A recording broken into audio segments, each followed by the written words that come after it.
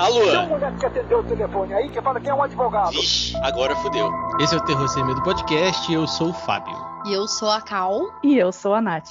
Depois de umas longas férias, estamos finalmente de volta. A gente ficou bastante tempo longe dos nossos microfones, né? Mas foram questões de nova casa, nova vida. Ou seja, a vida acontece, né? Ela tá aí. A gente voltou com novidades na programação. Teremos novas capas no podcast. Até novas postagens no nosso Instagram. Em 2024, a gente vai se empenhar bastante para fazer bastante episódio de podcast. A gente quer falar mais de filme nacional, falar mais de lançamentos, que a gente não falou tanto de lançamento no ano passado. Tanto de streaming quanto de cinema. Inclusive, próximos episódios já vai ser de um lançamento que a gente viu no cinema. Fodástico. Tem coisa vindo por aí. A gente tá planejando muita coisa massa. É isso aí. A gente já planejou o ano inteiro praticamente, né? Então... É.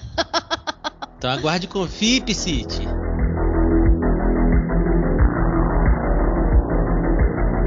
Mas tem uma coisa que eu não posso esquecer, é que agradecer de coração as pessoas que vêm baixando os nossos últimos episódios, ouvindo, interagindo e tudo mais, porque mesmo nessa pausa, a gente percebeu que os nossos ouvintes não nos largaram, né? Não sei se foram as pessoas que já costumam ouvir e voltaram a ouvir, ou são novos ouvintes, né? Porque particularmente o nosso último episódio, ele tá assim, fora do comum. E a gente fica muito feliz. Muito obrigado você que tá ouvindo esse podcast agora, que ouviu o podcast passado, gostou e tá esperando, né? Como já perguntaram pra gente, quando vocês voltam, e aí, estamos de volta hoje. Então, a gente simplesmente entrou de férias, né? Sem falar um tchau, sem falar um até logo, nem nada, mas a gente voltou e voltou com tudo esse ano. Mas agora vamos para o episódio de hoje, que temos uma convidada, como você já deve ter percebido, tem um nome a mais, né? A gente tá com a Nath, e foi ela que indicou o filme de hoje. Tô muito feliz de estar aqui participando desse podcast. Eu sou amiga pessoal desses dois e eu escuto também esse podcast, acho muito maneiro, assim, a edição, os episódios. Não sou uma grande aficionada por filmes de terror, mas a forma como vocês contam dá vontade de assistir as coisas. Eu acabei nesse período aí, alguns meses atrás, assistindo o Telefone Preto e falei, putz, eles precisam falar desse filme, com certeza é a cara desse podcast. Então, acho que o episódio vai render, né? Ai, com certeza. Mas antes, a gente ficou sabendo de uma coisa que a gente não sabia agora antes de gravar, que você tem um podcast. Você quer fazer um jabá? É verdade, olha. Sim, posso fazer, obrigada aí pelo espaço. É o Mexericast. Eu faço com minha amiga Fanny. Um nome muito pimpão, né, gente? É um podcast com uma das minhas melhores amigas da vida, assim. É a Fanny, a gente é amiga de faculdade. E a gente fala sobre cultura pop, a gente faz reflexões, a gente troca memórias, né, experiências. A gente tem muitos anos de amizade, a gente fala muito. Então, fica aí o convite para quem quiser ouvir esse podcast de coração aberto, um podcast sobre amizade, sobre duas amigas que estão aí dividindo muitos anos de vida juntas, assim. Fica aí o jabazinho, né? E um beijo para ela, que com certeza ela vai ouvir também. Muito da hora. A gente vai deixar o link no post, no Instagram também. Assim que acabar aqui, vai lá ouvir. E maratona o Mexericast. É isso aí. Então apanhem seus telefones pretos e venham com a gente. Bolites, temos sinopse para esse filme? Temos. Fini Shaw, de 13 anos, é sequestrado por um sádico assassino mascarado e mantido em um porão à prova de som. Até que um telefone desconectado na parede começa a tocar e ele logo descobre que pode ouvir vozes das vítimas anteriores do maníaco. A sinopse já meio que conta o filme inteiro. O filme inteiro, pronto. Sabe o que é bom? Quando a gente foi assistir, eu não sabia nada sobre esse filme. Imagina se a gente ouve. É mesmo? A gente ia saber que são as vítimas e não coisas da cabeça dele, porque aparece gente que não apareceu antes também. É verdade. E aonde as pessoas podem assistir esse filme? No Telecine. Então, se Só você assine, né? Assine. Se você assine o Telecine. Você assine esse filme. Se você assina o Telecine, rola. Mas também, né? Torresmo tá aí pra ser degustado. Fiquem atentos que teremos spoilers de Telefone Preto. Mais do que a própria sinopse dá. Pois é, né? Em 3 frases ali já acabou. Só faltou falar o final do filme ali, né? Né? Verdade. Eu acho que que esse filme ganhou mídia por 2 fatores. Primeiro é que ele é de uma adaptação de livros do filho do Stephen King, que não usa o sobrenome do pai para como é que se fala? Para não ser um nepo baby, né? Uhum. Que é o Joe Hill, eu acho que eu já falei o nome, não sei. Não falou não. Não falei, que é o Joe Hill, né? A gente tem um amigo em comum, na verdade a gente tem um amigo, o César, que gravava o podcast com a gente lá no passado. E ele não gostava muito do Joe Hill, não. Ele achava que ele não tinha a mesma pegada do pai, assim. Ele tentava, mas ele não chegava lá. É verdade. A gente conversava bastante sobre isso, talvez fosse pela idade, talvez fosse, né, tipo, falta de maturidade mesmo, né? Falta de droga, aquelas, né? Porque, né?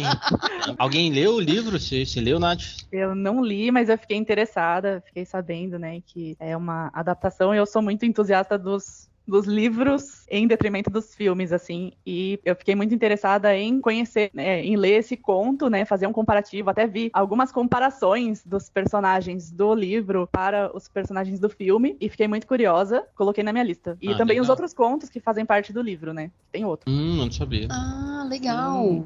Eu achava que fosse um livro completo do também. Telefone Preto. Não, é o Telefone Preto e outros contos, se eu não me engano, e tem outras histórias no meio, assim, então... Ah, legal, hein? Entendi.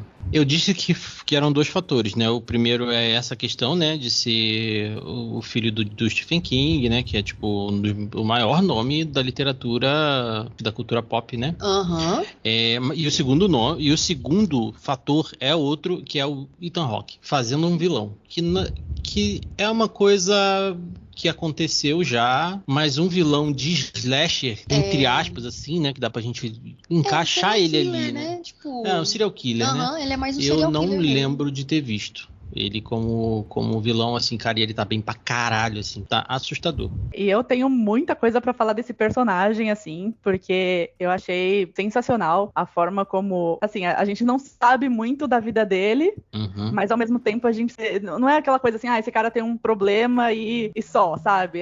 A gente fica, eu pelo menos eu fiquei muito curiosa pra saber quais eram as motivações dele pra fazer o que ele faz, né, que a gente vai falar, né? E assim, é um personagem muito complexo, apesar de o filme focar muito na história das crianças, o personagem dele dá vontade de saber mais, assim, quais são as motivações dele. Eu não sei se vocês têm ficaram com essa curiosidade também, mas em mim deu aquela curiosidade de, tipo, por que ele faz isso? Por que ele sofreu na vida dele pra ele chegar nesse ponto? Se é 100% psicológico ou se foi algum trauma. Nossa, é engraçado que isso eu não consegui ter uma empatia por ele, então não consegui pensar nele, assim, sabe?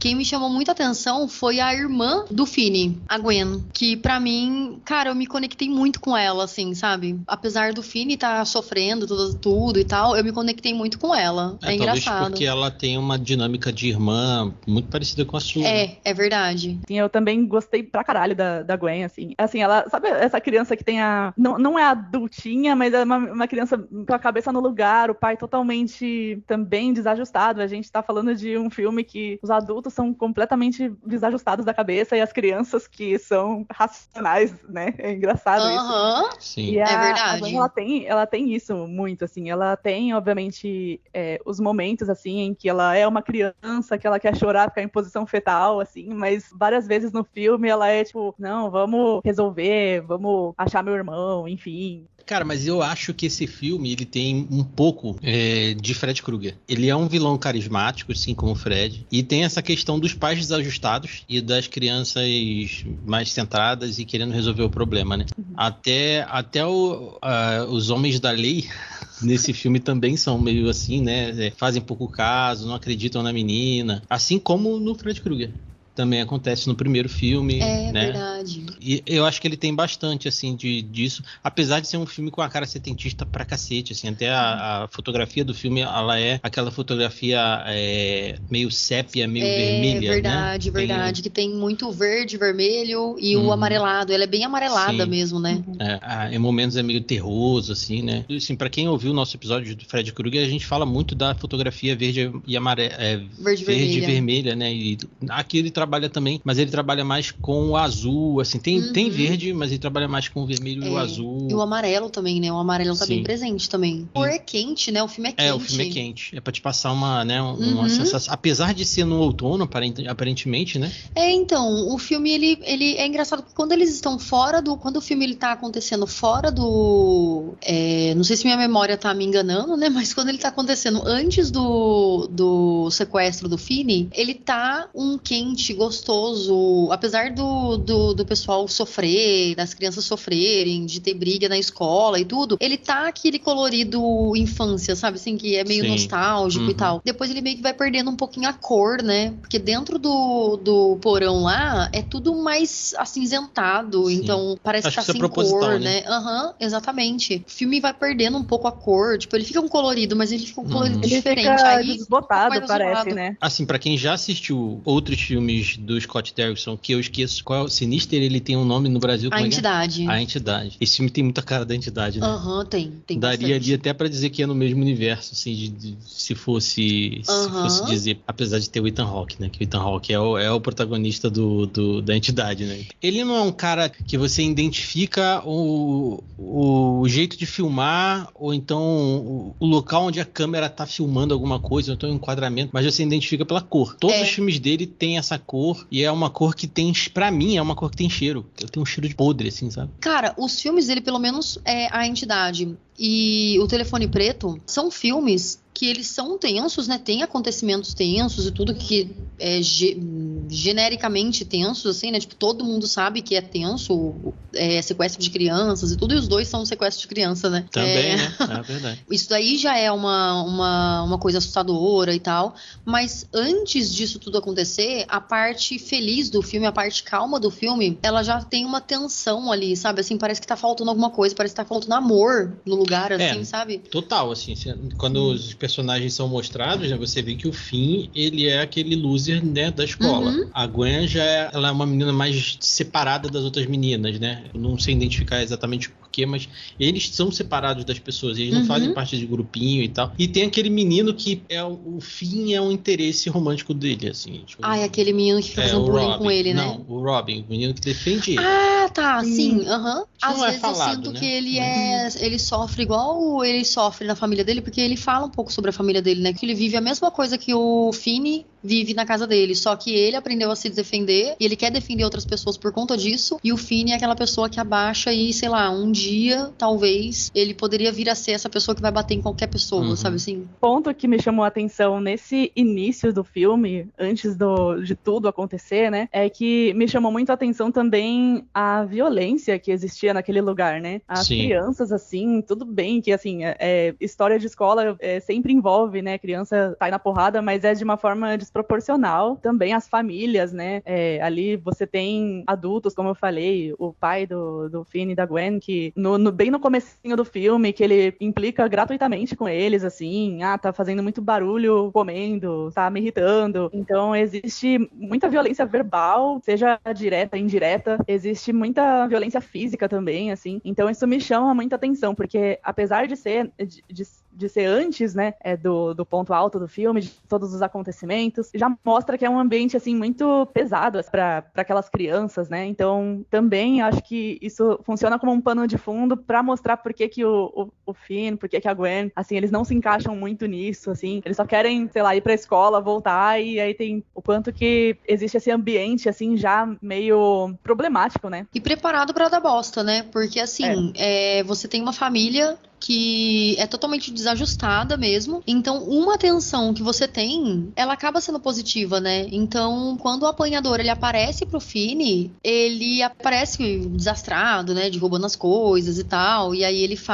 conversa com o Finney, dá uma atenção pra ele. O Finney até dá um sorrisinho, porque, cara, é um homem com a idade do pai dele, por exemplo, que tá sendo legal com ele. Então, querendo ou não, você vai se abrir, sabe? Então, às vezes a gente fica pensando, né? Até mesmo na época dos anos 70, 70, 80 e tudo, né? Que rolava muito disso, né? Das famílias, elas tratarem as crianças como se fossem adultas mesmo, então esperarem delas coisas adultas, e aí você vê uma pessoa que tá te tratando como uma criança, como uma pessoa frágil, que você deveria ser, assim, né? Vulnerável mesmo, e aí você abre o braço, sabe? Porque não é normal, não é comum isso, né? E é isso que você espera, assim. A gente até vê como que as pessoas são ludibriadas naquela época e hoje em dia também, né? Em alguns momentos. Por isso que é tão simples, né? Pegar a criança, por isso que é tão simples sequestrar a criança, sabe? Principalmente nesse meio, assim, sabe? Quando ela vive uma vida um pouco mais vulnerável e tal.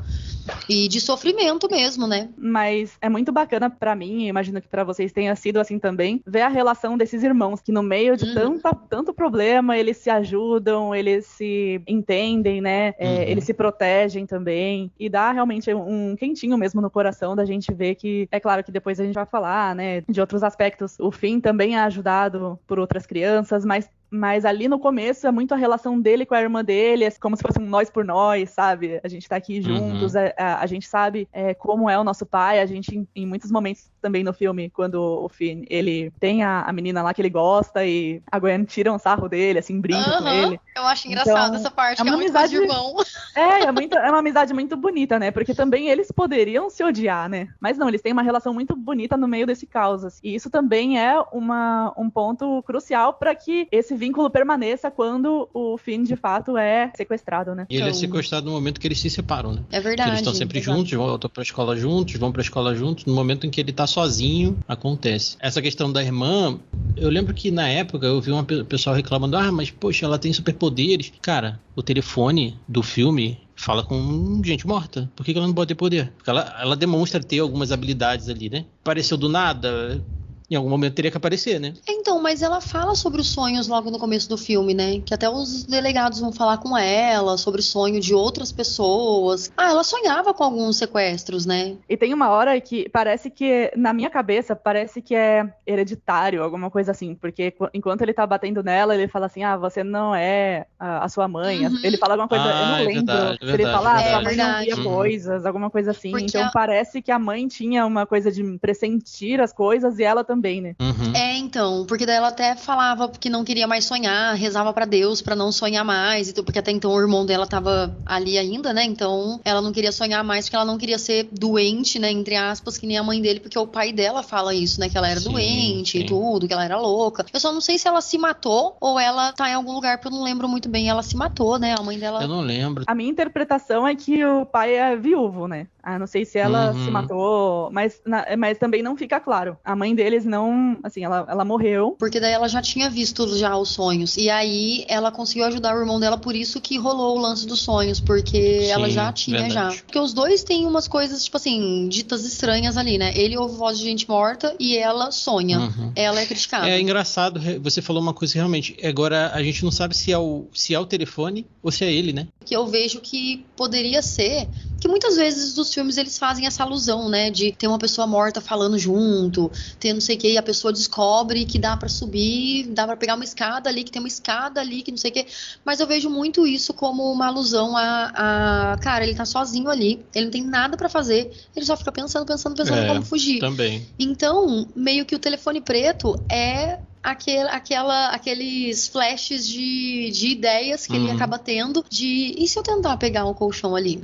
Vou pegar. Faz muito sentido isso, porque deixa dúbio, né? Se é um filme sobrenatural mesmo, ou se é só Porque no final ele descobre uma coisa muito simples, né? Pra poder pegar o apanhador, né?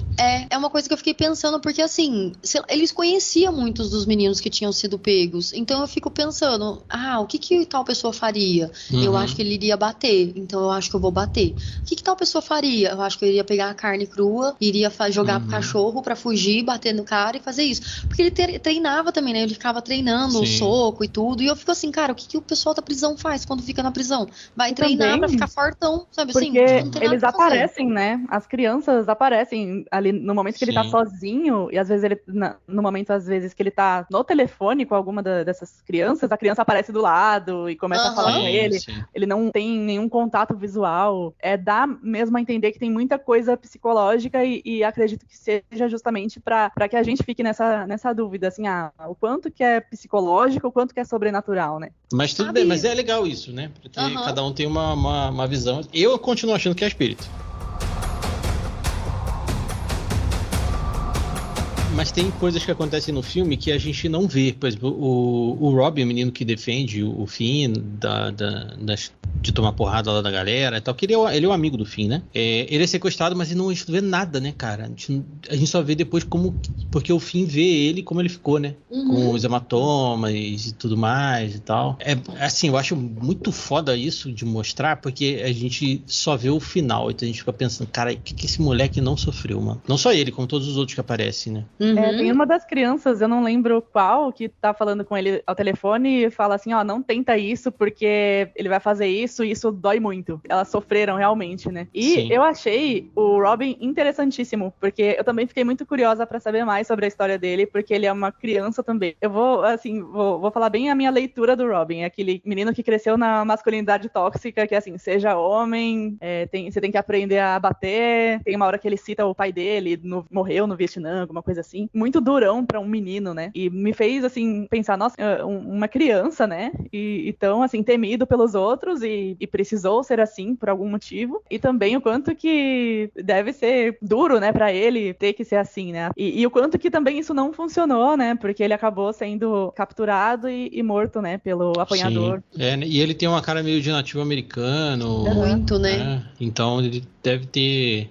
alguma questão além disso, também por ser um nativo americano, né? E tem outro detalhe, né? São dos anos 70. Tem uma coisa que, assim, desse filme, eu acho que essa questão de depressão do filme, ela é muito o espelho reverso do que era os anos 70, né? Taria, aquelas flores e todas aquelas coisas. Deve ser o outro lado, né? Exatamente, então isso mesmo. Que são aquelas pessoas que não tiveram coragem de se tornar um hippie e morar... Por exemplo, ficaram ali, né? E aí se tornaram aqueles suburbanos pau no cu, que aí depois passa para os anos 80 lá no Fred Krueger, que também são retratados como essas pessoas que são alcoólatras, trai a mulher, trai o marido, são tudo uns filha da puta. São tudo fruto dessa galera que não teve coragem, né? De abandonar tudo e viver o sonho de verdade que eles queriam viver.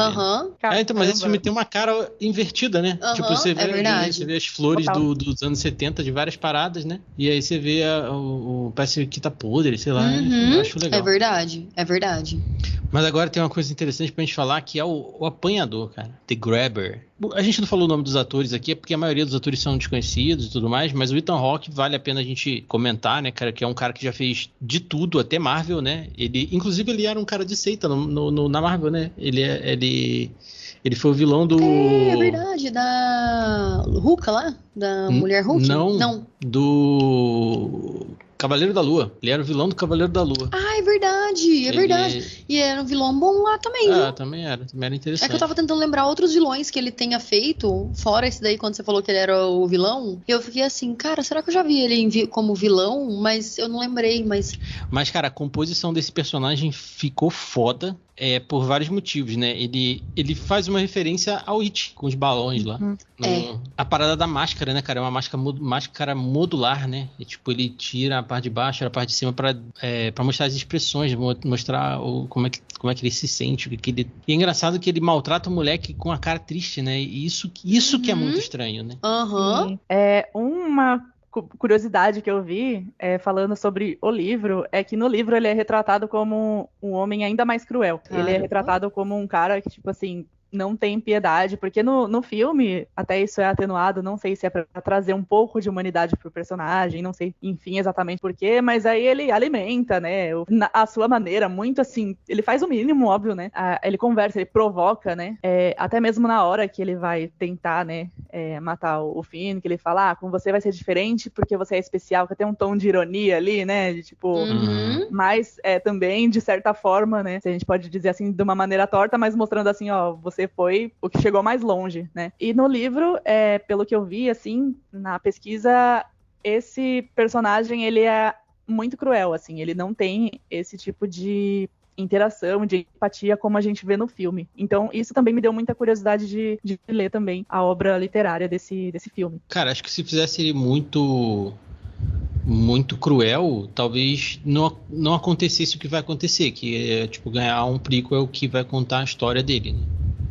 Tipo, dá pra ter uma empatia de leve com ele ali, mas... Eu não digo que nem que é empatia, é curiosidade, né? Assim, quem é essa pessoa? E ele é estranho, né? Ele tem umas atitudes, ele fica sentado sem camisa, de máscara, na cozinha e tipo... E ele não gosta de mostrar o rosto dele, né? Porque quando o menino vai bater nele e tira a máscara, ele, em vez de defender ou bater nele, ele simplesmente fica preocupado com o rosto, né? De mostrar o rosto. Eu acho que aí já talvez seja porque se o moleque sobreviveu, o moleque pode dizer quem é. Sim. Se o modus operandi dele é muito parecido com serial killers que a gente vê dos anos 70. Se a gente for ver documentário ou adaptação de acontecimentos, são bem parecidos. Zac Efron fez... Ted Bundy? Ele tinha um modus operandi muito parecido com o Ted Bundy, de parar com a van e tal, e parecer um cara legal, um cara descolado, meio bobo, assim, né? Que é da mesma época, né? O Ted Bundy era da mesma época, né? Ou não? Não lembro. Ele é um mesclado de outros serial killers ali, né? Até uma coisa mais fantástica também, até com essa questão da máscara, porque a gente até então não sabe se algum serial killer desse usou algum tipo desses adereços assim na cara, né? Quem fez essa máscara foi o Tom Savini, que é o cara que ele criou várias visuais pro cinema, ele fez os efeitos especiais do primeiro Sexta-feira 13, ele criou o design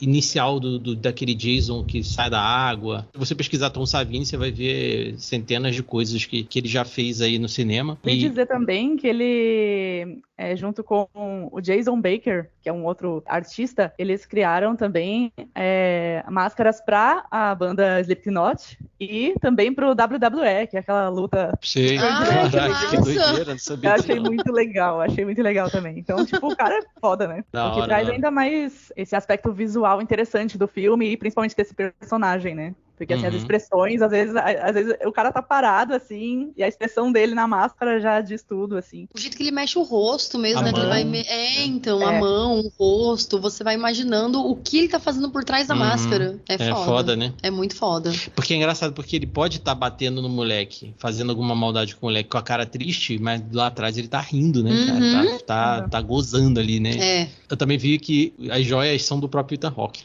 É mesmo? Da hora. É um cara muito estranho, tem umas joias daquelas, os anéis e coisas. Mas ele tem cara de que usa Ele tem essas cara coisas, pra né? caralho. Eu acho que ele tem um dente de ouro, se eu não me engano. Sério? Sei lá, ele tem um dente diferente na boca. O porão que ele fica lá, né, é praticamente um bunker. O apanhador leva ele pro bunker, ele tenta gritar e tudo, porque tem uma janelinha ali, mas tudo é a prova de som, né? O vidro do bunker, do porão é a prova de som, as paredes, né? Ele até bate na parede e a parede não faz aquele som de parede, parece que tem terra atrás, sabe? Assim, é um negócio muito, sei lá, parece que é um lugar pesado, sabe? Pesado, fisicamente pesado mesmo, né? Primeiro porque fica debaixo da terra, né? Aquele lugar, assim, mas ele é muito fortificado mesmo, né? Praticamente uma fortaleza ali pro menino. A porta lá, ela é uma porta super fechada que não dá pra ouvir, tem um espaço muito grande do porão até a casa mesmo, então é impossível de você saber que tem uma pessoa ali. Tem um espacinho que a gente descobre no final, né? Agora, falando sobre isso, é realmente o plot twist o final? Porque qual que é o plot twist que você tá eles falando? acham que... Porque assim, a menina, ela sonha com aquela casa, número 77 alguma coisa, e aí ela consegue ir até lá, enfim, acionar, né, a polícia pra que eles vão até lá, e no final, na verdade, o Finn tá na casa da frente, que é uma casa muito parecida. Os policiais, eles vão em direção à casa onde o apanhador enterra o corpo dos meninos, né, que ele mata. Na verdade, o Finn, como ele tá vivo, ele não tá morto ainda, ele fica em outra casa, que é a casa da frente. O irmão do apanhador que mora na casa da frente, né? O plot twist, então, é que ele sempre estava ali na frente dela e ela não sabia, né? Nem ele sabia. Exato. Era na frente da casa dela ou na frente da casa do irmão? Tipo assim, era em outro lugar? Não, o irmão do apanhador, pelo que eu entendi, que eu me lembro, o irmão do apanhador morava na frente da casa deles. Ah, isso? Não. Não, da frente da casa do menino? Não. Ela andou de bicicleta um tempinho pra saber onde ele tava. O que acontece? O apanhador, ele tem 2 casas, esconde as crianças em uma, aí quando ele mata, ele enterra em outra. É uma casa na frente da outra. É isso que... Tanto que quando ela vai... Eu sabia. Como faz um tempo que a gente assistiu, e a gente assistiu aquela legenda merda, né? Porque a gente assistiu, né, daquele jeito. Eu tinha entendido errado, então. Ah, não, mas eu sabia que não tava, não, porque ela foi andar de bicicleta em outro lugar e aí ela encontrou a casa. E ela olhou. Tanto que ela demorou. Tem uma hora no filme que ela passeia de carro com o pai dela pra procurar ele. Eu não sei se ela já tinha sonhado com a casa. Ela chegou a sonhar com a casa. Mas aí ela foi procurando e eles foram procurando nos arredores. E ela acabou encontrando quando ela andou, mas estava próximo dela, assim, tipo, não era no lugar ela muito encontrou longe. o raio ali, ela encontrou o raio. Então, porque daí ela tava andando de bicicleta. Sim, só pra concluir, as 2 casas são muito parecidas, as casas que ficam uma de frente pra outra. É muito fácil também confundir. Ela tinha muito a referência do número, e justamente por isso que ela apontou a casa, entre aspas, a casa errada, né? Cara, eu guardei muito as cenas que tem a menininha ali, sabe? Tipo, a Gwen. Porque, cara, eu adorei a atuação dessa atriz. Ela manda bem mesmo. Cara, ela manda muito bem. Ela, quando ela apanha do pai dela, e o pai dela começa a falar, pra ela falar... ele pede pra ela repetir alguma coisa, assim, e ela repete, e ele pede pra ela falar mais alto, e ela fala mais alto, e ela fala mais alto, e ela fala mais alto. Eu fico assim, cara, quando eu assisti pela primeira vez, eu fiquei com muito dó dela, né? Na segunda vez, eu comecei a prestar atenção mais nas atuações e tudo. Cara, eu fiquei hipnotizada com essa cena, assim. Primeiro por conta do sofrimento, segundo porque, cara, ela atuou tão bem nesse momento, em todos os momentos, né? Mas principalmente nesse momento. E quando ela tá com dor na bunda lá, que ela apanhou do pai dela, que ela não pode chorar, né? Tá sentadinha do lado do irmão dela, assistindo alguma coisa, assim, na televisão, assistindo desenho e tal. E ele olha pra cara dela, assim, ela, sabe assim, não podendo sentir direito, mas ela não consegue sentar. E o pai dela tinha mandado ela ir pra sala com o irmão dele, assim, com o irmão dela. Então, cara, esses detalhezinhos na atuação dela é muito foda, sabe? Todo mundo atua muito bem. Mas quando eu vejo uma criança atuando desse jeito, eu fico muito pasma, assim, sabe? Porque é muito pequena pra entender dor, sabe? Pra saber o que é gritar, o que é perder gente da família, ficar triste, sabe? Eu fico, cara, da onde que surge esse sentimento, é uma boa sabe? direção de atores, né, Sim, cara, é muito sensacional, porque eu acho que trabalhar com criança deve ser muito difícil, né? A gente tem mais repertório, né? Uma coisa muito. que você falou e que me fez refletir também sobre uma outra coisa do filme, como eu falei no começo, uma das coisas que eu mais fiquei reflexiva nesse filme, assim, é o quanto que as crianças precisam se comportar como adultos e colocar a cabeça no lugar pra resolver as coisas, porque os adultos não conseguem. E tem uma hora que o Finn tá sozinho no porão, ele já tentou de tudo, eu não lembro exatamente o que ele faz, mas ele cavuca ali a parede. E aí chega uma hora que ele se permite ser criança, que ele só chora, sabe? Fica em posição fetal e chora. Eu falo assim, nossa, sim, você é uma criança, sabe? Também é um ponto, quando você fala, né, da menina também, desse choro, assim, às vezes a gente mesmo esquece que é uma criança, a gente fica, não, você tem que matar o fulano, e, sabe? Você tem que sair daí. E eles têm esses momentos em que eles lembram e fazem a gente lembrar que eles são crianças e que é foda, né? Que olha o que o menino tá passando, olha as coisas que ele tá vivendo. Então, só pra falar que, assim, no fim das contas,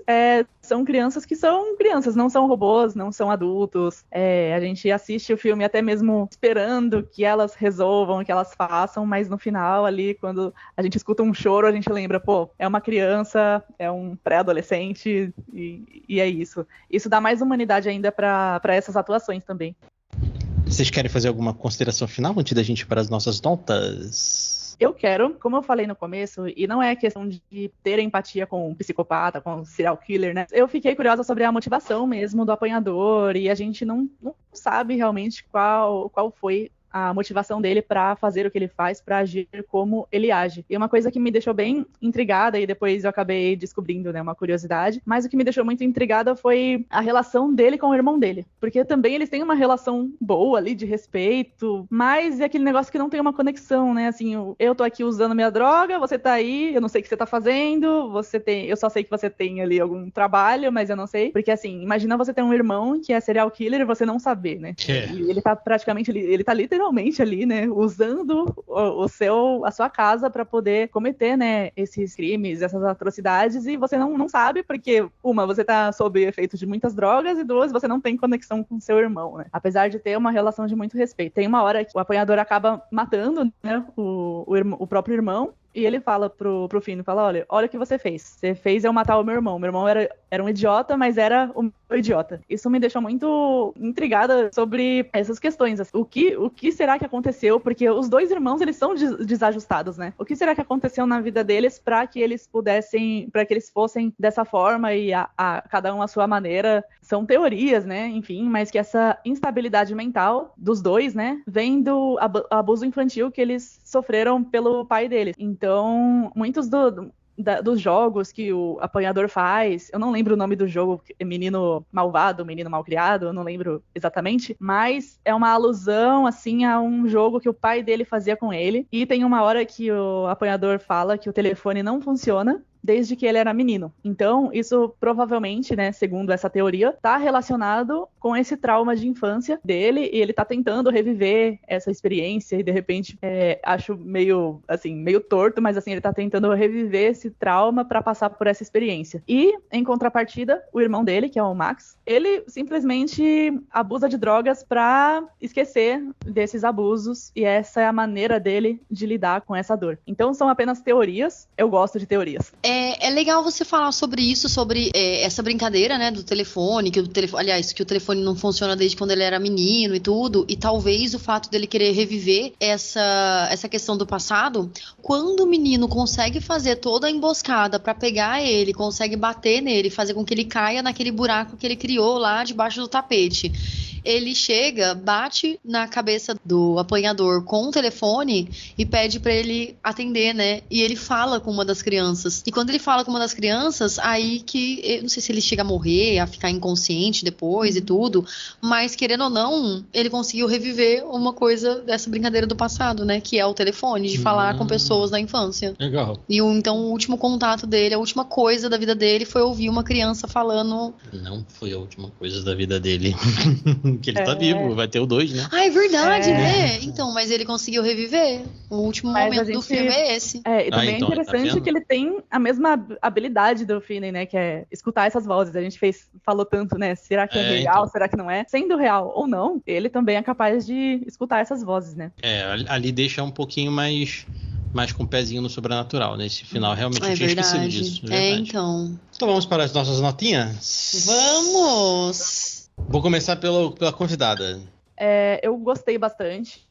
Eu gosto de histórias, como eu já falei aqui no episódio, eu gosto muito de histórias que envolvam o psicológico, eu gosto de querer saber mais. Eu gosto de personagens complexos mesmo. É uma história bem feita, mas é uma história relativamente simples, né? E eu gosto de personagens complexos dentro dessas histórias, que deixem a gente pensando assim por um tempo. Também gosto muito dessa questão de saber, de ficar se questionando, assim, o que foi real, o que foi ilusão. E então eu dou um 4 porque eu gostei, assim, eu gostei bastante. E você, Bolitz? Eu vou dar 4,5, que é massa. Gostei do filme, gostei bastante. Eu vou dar um 4 também, porque 5 é difícil, né? Difícil pra mim é difícil dar um 5, tem que ser... 5 é só Fred Krueger.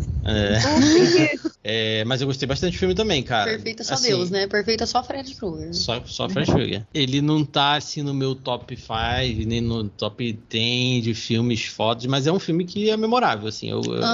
Ele fez um barulhinho quando ele saiu, né? A gente ficou, caraca, vamos assistir e tal. E aí tava no meio da pandemia, né? Quando ele saiu, então a gente... Foi 2021, né? E aí a gente deu um jeito de assistir, né? Como sempre. É igual aqui, o filme tá difícil, o filme só tá no Telecine, aí você dificulta a vida da gente, né, velho? Me ajuda aí, né? Ajuda aí, bota no Netflix. Se quer que o filme estoure, bota no Netflix, o filme vai estourar, velho. Mas enfim.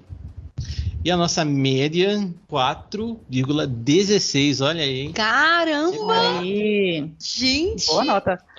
Mais que passou de ano. Passou de ano, ó. Né? Passou. Com folga. Não com louvor, mas passou. Pra deixar a mãe orgulhosa. Exatamente. Lembrando que assim, nota é uma coisa subjetiva, é só uma brincadeira e tal, né? Não é que o filme seja, né? Não é isso, é só uma forma da gente brincar aqui com o que a gente achou do filme e tentar falar numa palavra só que seria uma nota. onde as pessoas podem ouvir o nosso podcast? Você lembra? Lembro. Deixa eu pegar minha lembrança aqui no Drive. As pessoas podem nos ouvir no Spotify, no Deezer, na Amazon Music, no Apple Podcast, no Google Podcast e agora também no Orelo. E também você pode procurar a gente no seu agregador de podcast favorito, procurando por Terror Sem Medo. A gente tá em todos os agregadores de podcast, então procura lá que a gente tá lá. E onde der pra dar 5 estrelinhas, dê 5 estrelinhas. Onde der pra comentar, comente, dê sua sugestão, um comentário, né? Sim, eu vi que Qualquer pessoas coisa. deram 5 estrelinhas pra gente, então a gente tá com 5 estrelas. Muito obrigado. Ah, legalzinho, muito bom. Muito obrigada, gente. E onde as pessoas podem nos encontrar e falar com a gente? Podem falar com a gente no Instagram, pelo @Terror Sem Medo 13, tudo junto e 13 numeral. Ou também mandar a sua cartinha no e-mail terrorsemmedo13@gmail.com. A gente vai ter novidades nas nossas redes sociais, então segue a gente lá para você acompanhar as nossas novidades. Compartilha as nossas novidades, compartilha o episódio do podcast, interage lá. A gente vai fazer coisas interativas para que as pessoas deem suas opiniões, falem, até ajudem a gente a escolher talvez os próximos filmes ou a próxima pauta. Segue a gente lá no Instagram, só para você saber. A gente só tá no Instagram por enquanto, a gente quer fazer outras redes sociais no futuro, mas a gente não tem tempo. Sim, Então, a gente tá ensaiando várias coreografias por TikTok. Vamos fazer dancinhas por lá, mas brincadeira, não vamos não. Mas espere que nossos rostinhos vão aparecer também no Instagram. Vai aparecer a gente Em lá no breve. cinema, indo assistir filmes que a gente tá assistindo em casa. Vai ter isso. reação, vai ter Sim. react. React. Bom, daqui a pouco corta pra gente no segundo semestre fazendo react aí. Olha, eu cobrando. Né, olha, ouvinte que pede coisas a gente faz, ó. Você é ouvinte, pede coisas. React!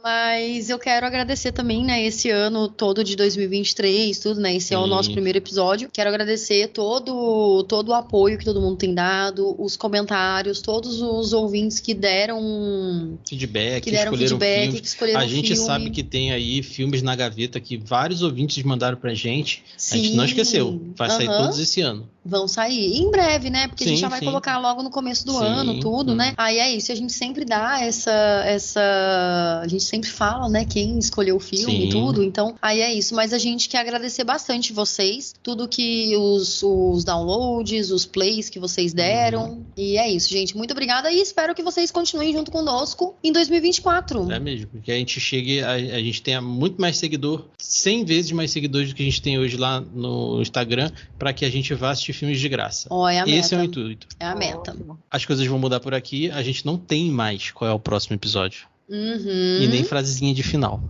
Então a gente só vai agradecer a Nath. Eu adorei, gente, de verdade, muito, muito bom assim, falar de um filme tão bacana e assim, eu realmente curto muito o podcast de vocês. Podem chamar aí quando precisar, tô aí. Perfeito. Valeu. Olha que a gente chama, hein? É mesmo. Então tá bom, gente. Muito obrigado. Até o próximo episódio e tchau. Tchau. Agora é tchau.